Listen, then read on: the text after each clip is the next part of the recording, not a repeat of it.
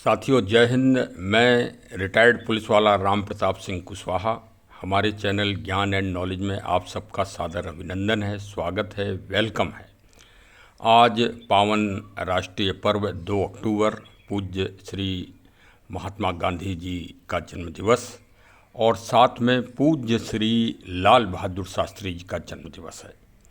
और भी 2 अक्टूबर को और भी बहुत ऐतिहासिक घटनाएं भारत में घटित होती रहीं, लेकिन ये तो दो एक तरह से आज 2 अक्टूबर की एक पहचान ही है पूरे विश्व में। आप दोनों महान व्यक्तित्व के इन महान सपूतों के आप जीवन समयकाल पर अगर आप ध्यान दें तो आप पाएंगे कि ये एक भारत में ऐसी अभिभूति और विभूति होकर आए जब भारतीयों को ऐसे महान व्यक्तित्वों की आवश्यकता थी। तो देखिए, भूत मतलब अतीत के बारे में तो आज पूरे दोनों ही महान विभूतियों के बारे में जगह जगह चर्चा भी होंगी, बड़ी बड़ी गोष्ठी होंगी, राष्ट्रीय गोष्ठियाँ भी होंगी, जिसमें माननीय प्रधानमंत्री व राष्ट्रपति महोदय भी शामिल होंगे। और हमारे सारे आज पूरा राष्ट्रीय पर्व होने के नाते सभी जगह एक पावन त्यौहार के रूप में मनाया ही जाता है। ये अब विश्व में भी पूज्य गांधी जी को हम याद कर रहे हैं। तो वहाँ पर अतीत की चर्चा होगी, मैं वर्तमान की चर्चा करने जा रहा हूँ और आपको यथार्थ स्वरूप दिखाने जा रहा हूँ। भारत में एक कहावत है कि खाली हाथ आए थे, खाली हाथ जाना है और क्या लेके जाना है। इस तरह की एक भ्रांति और भ्रम समाज में कुछ समालोचकों के द्वारा समय समय पर स्थापित किया गया। यदि आप इन दोनों महान आत्माओं और महान विभूतियों पर नज़र डालें और इतिहास पर नज़र डालें तो आपका ये भ्रम और ये कहावत आज झूठी साबित हो जाएगी। कौन कहता है कि अनंत यात्रा के बाद सब समाप्त हो जाता है? अगर अनंत यात्रा के बाद सब समाप्त हो जाता तो 2007 में पूज्य श्री गांधी जी के जन्म दिवस को संयुक्त राष्ट्र संघ, पूरी दुनिया का सबसे बड़ा संगठन, अहिंसा अंतर्राष्ट्रीय अहिंसा दिवस घोषित क्यों करता? तो इसका मतलब कि आदमी की अनंत यात्रा, इस मानव की अनंत यात्रा के बाद भी उसका नाम, उसका कर्म और उसका यश, ये 3 चीज़ें हमेशा हमेशा, जो कहते हैं ना कि चांद सूर्य की तरह आप हमेशा अमर रहें, तो वो वास्तव में एक यथार्थ परिकल्पना नहीं है, यथार्थ स्वरूप है। देखिए, इसका ज्वलंत उदाहरण अभी मैं आपको दे रहा हूँ। पिछले माह 9-10 सितंबर को भारत सरकार के द्वारा, जिसमें हमारे माननीय प्रधानमंत्री श्री नरेंद्र मोदी साहब उस G20 शिखर सम्मेलन के अध्यक्ष थे और इतने अद्वितीय रूप से आयोजन हुआ कि सारी महाशक्तियाँ पूरे विश्व की एकत्रित हुई 9-10 सितंबर को भारत मंडपम में। और वहाँ पर 9 तारीख को तो सारी सरकारी कार्य और सरकारी योजनाएं और जो भी लोकहित और परोपकारिता के लिए तथा मानव कल्याण के लिए योजनाएं बनाई, सारे नेताओं ने मिलकर, राष्ट्राध्यक्षों ने, प्रधानमंत्री साहिबानों ने।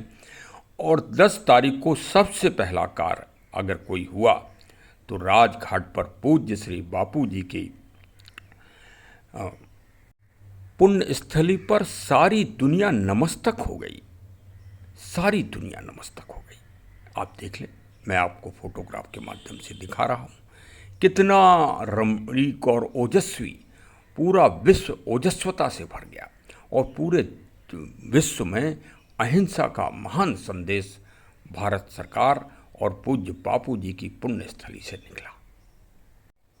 यह पूज्य बापू जी के गुणगान मैं वर्तमान में कर रहा हूँ, अतीत के नहीं। अतीत तो अतीत ही रहा है श्री बापू जी का। और चल पड़े 2 डगमग, चल पड़े कोटि पग उसी ओर, इसी में उनका सारा प्रबंधन, सारा शासन तंत्र, सारी संस्कृति और सारे उनके विचार का जो महत्व है वो इन्हीं 2 लाइन में समाहित है। चल पड़े 2 डगमग, चल पड़े कोटि पग उसी ओर। अब हम पूज्य श्री लाल बहादुर शास्त्री जी के ऊपर आते हैं। लाल बहादुर शास्त्री जी का बचपन से ही अगर कोई इनके जीवन को देखे तो बहुत ही प्रेरणात्मक रहा है, बचपन से ही। और बचपन से ही ओजस्वी थे, एकदम जमीन से अंकुरण के रूप में निकलकर और भारतीय नक्षत्र मंडल पर छा गई। असहयोग आंदोलन जब भारत में स्टार्ट हुआ 1920 में, तब शास्त्री जी ने भारत के भविष्य को और भारत की अंग्रेज़ों के द्वारा उत्पन्न की गई समस्याओं को समझ लिया था और उन्होंने पहला अपना नारा दिया था, मरो नहीं मारो। बात समझिए, पूज्य शास्त्री जी ने उनसे ज़्यादा छोटा प्रधानमंत्री कद का कोई नहीं हुआ, लेकिन विचारों में वो सर्वोत्तम रहे और शायद भारत को उस समय ऐसे व्यक्तित्व की आवश्यकता थी। उनका पहला नारा था, मरो नहीं मारो, और तभी से भारतीयों की सोच में परिवर्तन आ गया और राष्ट्रीय आंदोलन में एक नई सोच का जन्म हुआ।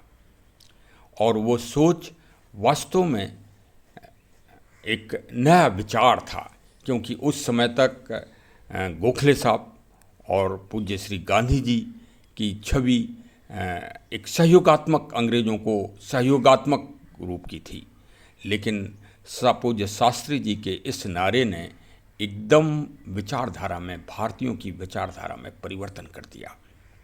छोटे कद के महान व्यक्तित्व के व्यक्ति के द्वारा जब ये ओजस्वी बात पूरे भारत में चर्चा हुई तो विचारधारा में परिवर्तन हुआ। और जब उनको भारत के दूसरे प्रधानमंत्री का पद मिला, तब उन्होंने एक नारा दिया जो हमेशा हमेशा के लिए अमर है, जय जवान जय किसान, जय जवान जय किसान। तो अब इन दो चीज़ों से ये जो हमने पहले उक्ति कही थी कि हम क्या लेके आए हैं, क्या लेके जाएंगे, ये समाप्त हो गई, क्योंकि पूज्य श्री लाल बहादुर शास्त्री जी को मरणोपरांत भारत सरकार ने भारत रत्न से अलंकृत किया। तो स्पष्ट है कि आदमी अनंत यात्रा में जाने के बाद भी उसके कर्म, उसका यश और उसका नाम, ये तीन चीज़ें हमेशा हमेशा के लिए इस दुनिया में अमर होती रहती हैं। आज का सबसे बड़ा मोटो और सबसे बड़ा प्रेरणा और मोटिवेशन फिलहाल तो यही है। अब साथ में एक विचारणीय प्रश्न जिस पर चर्चा होना जरूरी है कि विश्व ने और संयुक्त राष्ट्र संघ ने पूज्य श्री गांधी जी के जन्म दिवस को अंतर्राष्ट्रीय अहिंसा दिवस तो घोषित कर दिया, लेकिन एक और जो है उत्साहवर्धन हेतु विश्व में एक और एजेंसी है जिसको नोबेल पुरस्कार कहते हैं, एक और संगठन है ये।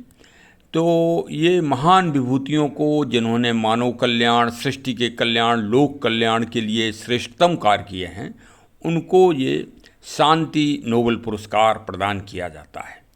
तो 5 बार पूज्य श्री गांधी जी का नाम गया, 5 बार, लेकिन और विचार भी हुआ, लेकिन पुरस्कार नहीं दिया गया। हे भारतीयों, हे समझदारों लोगों, जरा देखो, आज 2 अक्टूबर पर सिर्फ तालियां मत बजाओ, ये देखो कि विश्व के संगठन और विश्व की नीतियां और विचारधारा आपको कितने हाशिए पर रख रही हैं, कितना आपको नीचा गिरा रही हैं, आपके सम्मान में कितनी कमी लाते हैं, और इस विचार पे कब आपका मंथन होगा।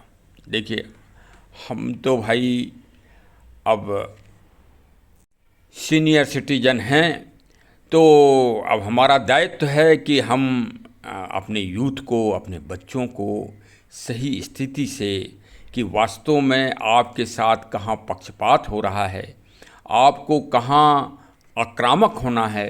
भाई, कुछ अनुभव, बुद्धि से और ज्ञान से बड़ी अगर कोई चीज़ है तो वो अनुभव है। तो अब पुलिस विभाग में नौकरी की, खूब अनुभव हुए, खूब 15 अगस्त, 26 जनवरी, 2 अक्टूबर के त्योहारों में खूब सुबह सुबह उठ के अलर्ट होके और उत्साह के साथ शामिल होते रहे। तो उसमें मनन और चिंतन भी किया कि वास्तव में ये विश्व के जो बहुत धनाढ्य देश हैं, विकसित देश हैं, जिनकी सोच एक तरह से हम ऐसे राष्ट्रों की कि ये इनकी विचारधारा आगे ना बढ़ जाए। देखिए, विचारधारा की लड़ाई है पूरी दुनिया में। पूज्य श्री गांधी जी की विचारधारा कहीं सुपर उसमें ना आ जाए, कहीं भारत देश का नाम ना हो जाए, इस कारण जो है हम सभी भारतीयों के साथ पक्षपात किया जाता है। इस पक्षपात को हम कर्म के द्वारा ही, अपनी विद्वता के द्वारा ही, अपने संयम और अपने धैर्य के द्वारा ही दूर कर सकते हैं। और जो एक नारा है ना, विश्व गुरु, तो विश्व गुरु बन भी सकते हैं। लेकिन कब? दो काम। एक तो हम अपने इतिहास को सुरक्षित रखें, एक काम। दूसरा काम, प्रकृति पर्यावरण संरक्षण के लिए हम प्रकृति के तत्वों, विशेषकर पेड़ पौधों, पहाड़ों, नदियों को स्वच्छ रखें, साफ रखें। समुद्रों का जो तापमान बढ़ रहा है उस पर ध्यान दें, उस पर दुनिया का ध्यान दिलाएं। जैसे अभी G20 हुआ था, यद्यपि बहुत सफल हुआ, लेकिन फिर भी हम ये कहेंगे कि प्रकृति और पर्यावरण व जलवायु परिवर्तन के दंश की जो समस्याएं आ रही हैं उसमें ठोस योजनाएं बनी तो हैं, लेकिन उनका असर बहुत लंबा समय तक होगा। तब तक तो एक पीढ़ी समाप्त हो जाएगी। अरे आज की तारीख में हम क्या कर रहे हैं? जैसे आज हम 2 पेड़ तो लगाएंगे ही लगाएंगे। एक पूज्य श्री गांधी जी को समर्पित करेंगे और एक पूज्य श्री लाल बहादुर जी को समर्पित करेंगे। और एक और नेता हैं, अगर हम उनका नाम ले देंगे तो एक विचारधारा कुछ और सोचने लगेगी। नहीं, उन्होंने इसी तारीख को 2 अक्टूबर को काम किया है और आज वो दुनिया की सबसे बड़ी पार्टी है। श्री श्यामा प्रसाद मुखर्जी साहब द्वारा 1951 में 2 अक्टूबर को भारतीय जनसंघ की स्थापना की गई थी, जो आज भारतीय जनता पार्टी कहलाती है। अब भारतीय जनसंघ ही इसकी मूल इकाई थी और तब जो है 1951 में उनके मनन में, चिंतन में ये विचारधारा का आया था और एक पार्टी बनी और आज वो दुनिया की सबसे बड़ी पार्टी तो यथार्थ रूप में है ही।